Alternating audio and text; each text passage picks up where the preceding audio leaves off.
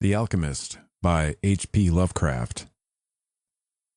High up, crowning the grassy summit of a swelling mount, whose sides are wooded near the base with gnarled trees of the primeval forest, stands the old chateau of my ancestors. For centuries, its lofty battlements have frowned down upon the wild and rugged countryside about, serving as a home and stronghold for the proud house whose honored line is older even than the moss-grown castle walls. These ancient turrets, stained by the storms of generations and crumbling under the slow yet mighty pressure of time, formed in the ages of feudalism one of the most dreaded and formidable fortresses in all France. From its machicolated parapets and mounted battlements, barons, counts, and even kings had been defied, yet never had its spacious halls resounded to the footsteps of the invader. But since those glorious years, all is changed. A poverty but little above the level of dire want, together with a pride of name that forbids its alleviation by the pursuits of commercial life, have prevented the scions of our line from maintaining their estates in pristine splendor. And the falling stones of the walls, the overgrown vegetation in the parks, the dry and dusty moat, the ill-paved courtyards, the toppling towers without, as well as the sagging floors, the worm-eaten wainscots, the faded tapestries within, all tell a gloomy tale of fallen grandeur. As the ages passed, first one, then another of the four great turrets were left to ruin, until at last but a single tower housed the sadly reduced descendants of the once mighty lords of the estate. It was in one of the vast and gloomy chambers of this remaining tower that I, Antoine, last of the unhappy and accursed Counts de C, first saw the light of day, 90 long years ago. Within these walls and amongst the dark and shadowy forests, the wild ravines and grottos of the hillside below, were spent the first years of my troubled life. My parents I never knew. My father had been killed at the age of 32, a month before I was born, by the fall of a stone somehow dislodged from one of the deserted parapets on the castle. And my mother, having died at my birth, my care and education devolved solely upon one remaining servitor, an old and trusted man of considerable intelligence, whose name I remember as Pierre. I was an only child, and the lack of companionship which this fact entailed upon me was augmented by the strange care exercised by my aged guardian in excluding me from the society of the peasant children whose abodes were scattered here and there upon the plains that surrounded the base of the hill. At that time, Pierre said that this restriction was imposed upon me because my noble birth placed me above association with such plebeian company. Now I know that its real object was to keep from my ears the idle tales of the dread curse upon our line that were nightly told and magnified by the simple tenantry as they conversed in hushed accents in the glow of their cottage hearths. Thus isolated and thrown upon my own resources, I spent the hours of my childhood in poring over the ancient tomes that filled the shadow-haunted library of the chateau, and in roaming without aim or purpose through the perpetual dust of the spectral wood that clothes the side of the hill near its foot.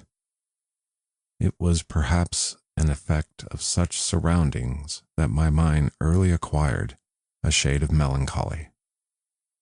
Those studies and pursuits which partake of a dark and occult in nature most strongly claimed my attention. Of my own race I was permitted to learn singularly little, yet what small knowledge of it I was able to gain seemed to depress me much.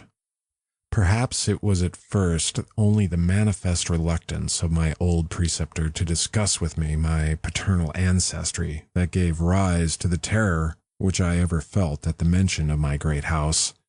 Yet, as I grew out of childhood, I was able to piece together disconnected fragments of discourse, let slip from the unwilling tongue which had begun to falter in approaching senility, that had a sort of relation to a certain circumstance which I had always deemed strange, but which now became dimly terrible.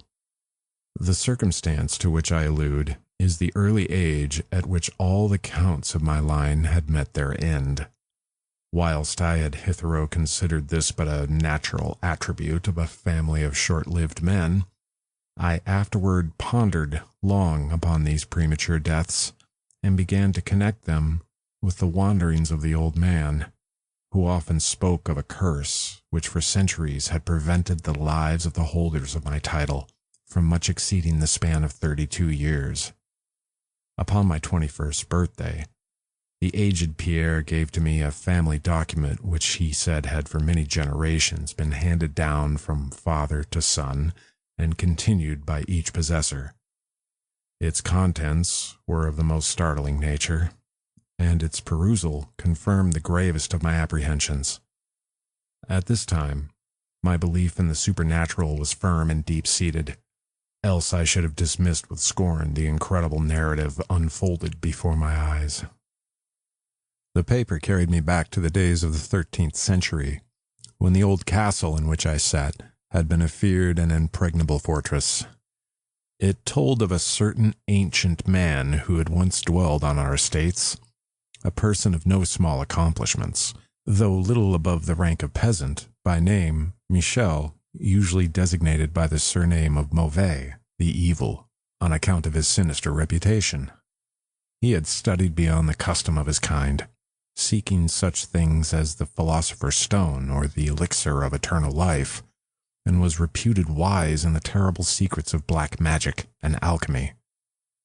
Michel Mauvais had one son, named Charles, a youth as proficient as himself in the hidden arts, who had therefore been called le sorcier, or the wizard. This pair, shunned by all honest folk, were suspected of the most hideous practices. Old Michel was said to have burnt his wife alive as a sacrifice to the devil, and the unaccountable disappearances of many small peasant children was laid at the dreaded door of these two. Yet through the dark natures of the father and the son ran one redeeming ray of humanity. The evil old man loved his offspring with fierce intensity, whilst the youth had for his parent a more than filial affection. One night, the castle on the hill was thrown into the wildest confusion by the vanishment of young Godfrey, son to Henry, the Count. A searching party, headed by the frantic father, invaded the cottage of the sorcerers, and there came upon the old Michel Mauvais, busy over a huge and violently boiling cauldron.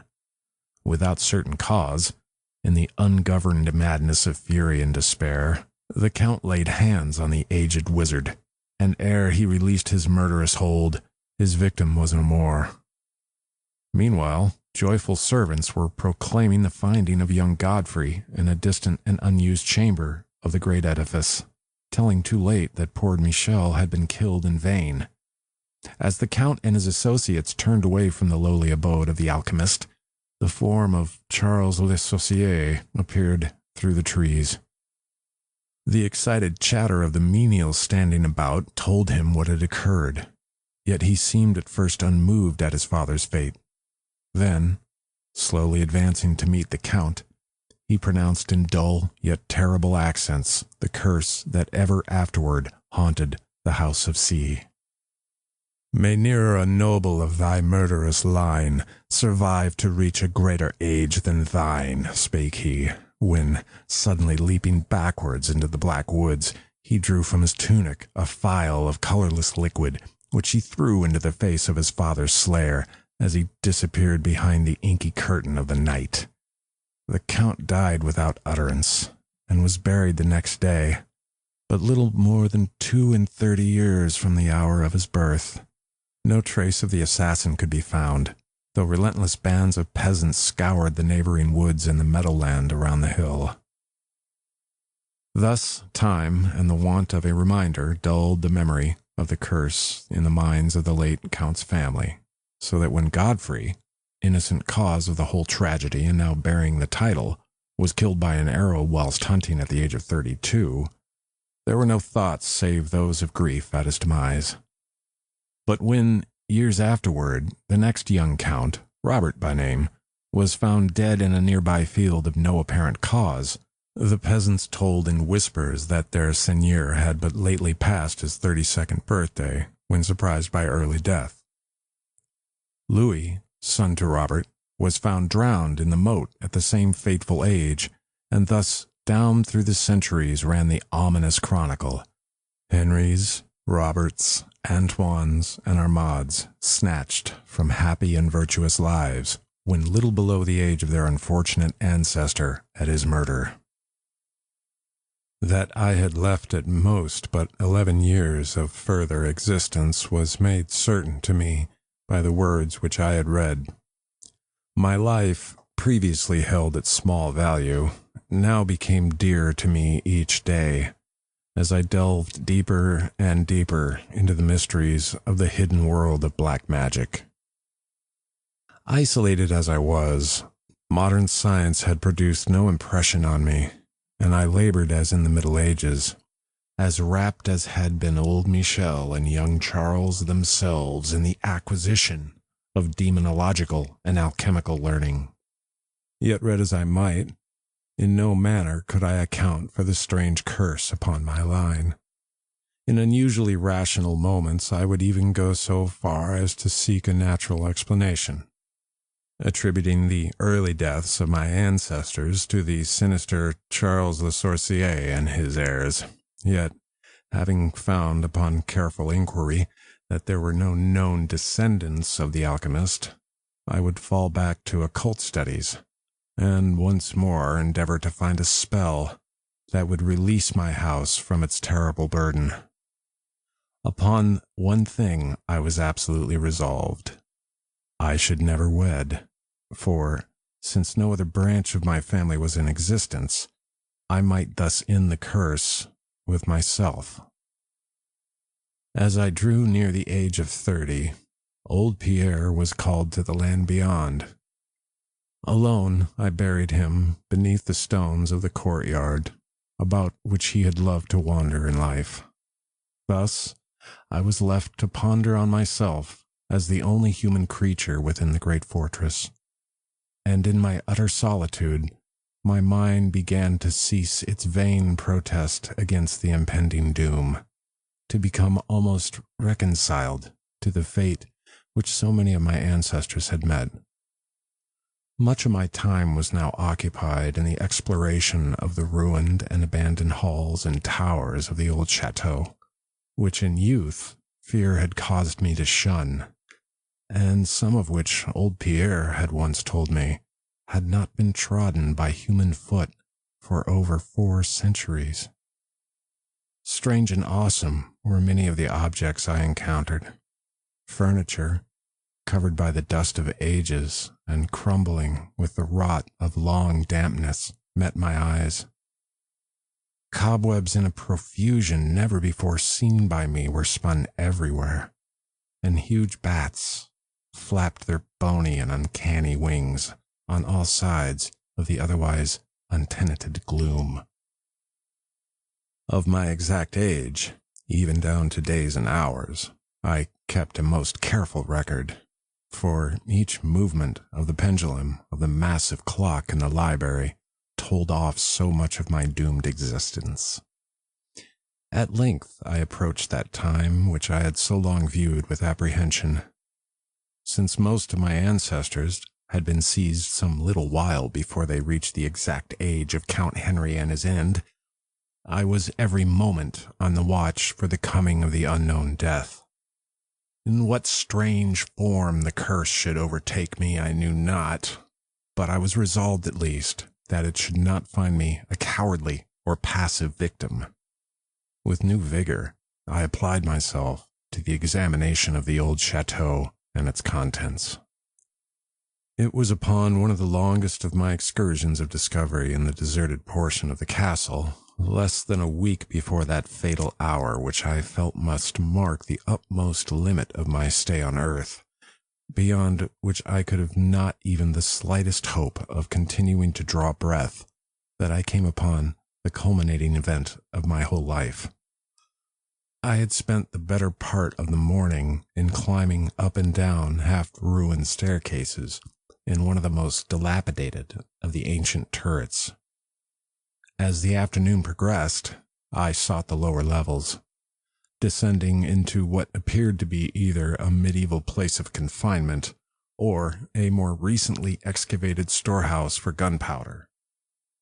As I slowly traversed the niter-encrusted passageway at the foot of the last staircase, the paving became very damp, and soon I saw by the light of my flickering torch that a blank, water-stained wall impeded my journey. Turning to retrace my steps, my eye fell upon a small trap-door with a ring, which lay directly beneath my foot. Pausing, I succeeded with difficulty in raising it, whereupon there was revealed a black aperture, exhaling noxious fumes which caused my torch to sputter, and disclosing in the unsteady glare the top of a flight of stone steps. As soon as the torch which I lowered into the repellent depths burned freely and steadily, I commenced my descent. The steps were many, and led to a narrow stone-flagged passage which I knew must be far underground. This passage proved of great length, and terminated in a massive oaken door, dripping with the moisture of the place, and stoutly resisting all my attempts to open it. Ceasing after a time my efforts in this direction, I had proceeded back some distance towards the steps when there suddenly fell to my experience one of the most profound and maddening shocks capable of reception by the human mind. Without warning, I heard the heavy door behind me creak slowly open upon its rusted hinges. My immediate sensations were incapable of analysis. To be confronted in a place as thoroughly deserted as I had deemed the old castle, with evidence of the presence of man or spirit, produced in my brain a horror of the most acute description. When at last I turned and faced the seat of the sound, my eyes must have started from their orbits at the sight that they beheld. There in the ancient Gothic doorway stood a human figure. It was that of a man clad in a skull cap and a long medieval tunic of dark color. His long hair and flowing beard were of a terrible and intense black hue, and of incredible profusion. His forehead, high beyond the usual dimensions, his cheeks, deep sunken and heavily lined with wrinkles, and his hands, long, claw-like, and gnarled, were of such a deadly marble-like whiteness as I have never elsewhere seen in a man. His figure, lean to the proportions of a skeleton, was strangely bent and almost lost within the voluminous folds of his peculiar garment. But strangest of all were his eyes, twin caves of abysmal blackness, profound in expression of understanding, yet inhuman in degree of wickedness. These were now fixed upon me, piercing my soul with their hatred, and rooting me to the spot whereon I stood. At last the figure spoke in a rumbling voice that chilled me through with its dull hollowness and latent malevolence.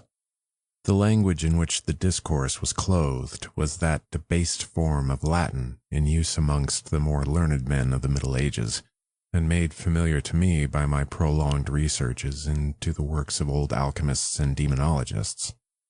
The apparition spoke of the curse which had hovered over my house, told me of my coming end, dwelt on the wrong perpetuated by my ancestor against the old Michel Mauvais, and gloated over the revenge of Charles Le Sorcier. He told how young Charles had escaped into the night, returning in after years to kill Godfrey the heir with an arrow just as he approached the age which had been his father's at his assassination.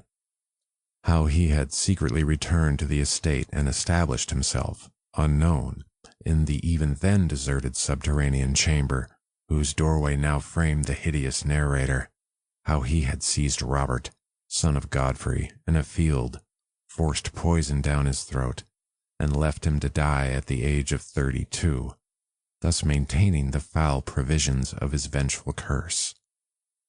At this point, I was left to imagine the solution of the greatest mystery of all, how the curse had been fulfilled since that time when Charles Le Sorcier must in the course of nature have died. For the man digressed into an account of deep alchemical studies of the two wizards, father and son, speaking most particularly of the researches of Charles Le Sorcier concerning the elixir, which should grant to him who partook of it eternal life and youth. His enthusiasm had seemed for the moment to remove from his terrible eyes the black malevolence that had first so haunted me, but suddenly the fiendish glare returned, and, with a shocking sound like the hissing of a serpent, the stranger raised a glass vial with the evident intent of ending my life as had Charles Le Sorcier, 600 years before, ended that of my ancestor. Prompted by some preserving instinct of self-defense, I broke through the spell that had hitherto held me immovable, and flung my now dying torch at the creature who menaced my existence. I heard the vial break harmlessly against the stones of the passage, as the tunic of the strange man caught fire and lit the horrid scene with a ghastly radiance. The shriek of fright and impotent malice emitted by the would-be assassin proved too much for my already shaken nerves, and I fell prone upon the slimy floor in a total faint. When at last my senses returned, all was frightfully dark, and my mind, remembering what had occurred, shrank from the idea of beholding any more. Yet curiosity overmastered all. Who, I asked myself, was this man of evil? And how came he within the castle walls? Why should he seek to avenge the death of Michael Mauvais? And how had the curse been carried on through all the long centuries since the time of Charles Le Sorcier? The dread of years was lifted from my shoulder, for I knew that he whom I had felled was the source of all my danger from the curse. And now that I was free, I burned with the desire to learn more of the sinister thing which had haunted my line for centuries, and made my own youth one long continued nightmare. Determined upon further exploration, I felt in my pockets for flint and steel, and lit the unused torch which I had with me. First of all, new light revealed the distorted and blackened form of the mysterious stranger. The hideous eyes were now closed. Disliking the sight, I turned away and entered the chamber beyond the Gothic door. Here I found what seemed much like an alchemist's library. In one corner was an immense pile of shining yellow metal that sparkled gorgeously in the light of the torch. It may have been gold, but I did not pause to examine it, for I was strangely affected by that which I had undergone. At the farther end of the apartment was an opening leading out to one of the many wild ravines of the dark hillside forest. Filled with wonder, yet now realizing how the man had obtained access to the chateau, I proceeded to return. I had intended to pass by the remains of the stranger with averted face, but as I approached the body, I seemed to hear emanating from it a faint sound, as though life were not yet wholly extinct. Aghast, I turned to examine the charred and shriveled figure on the floor.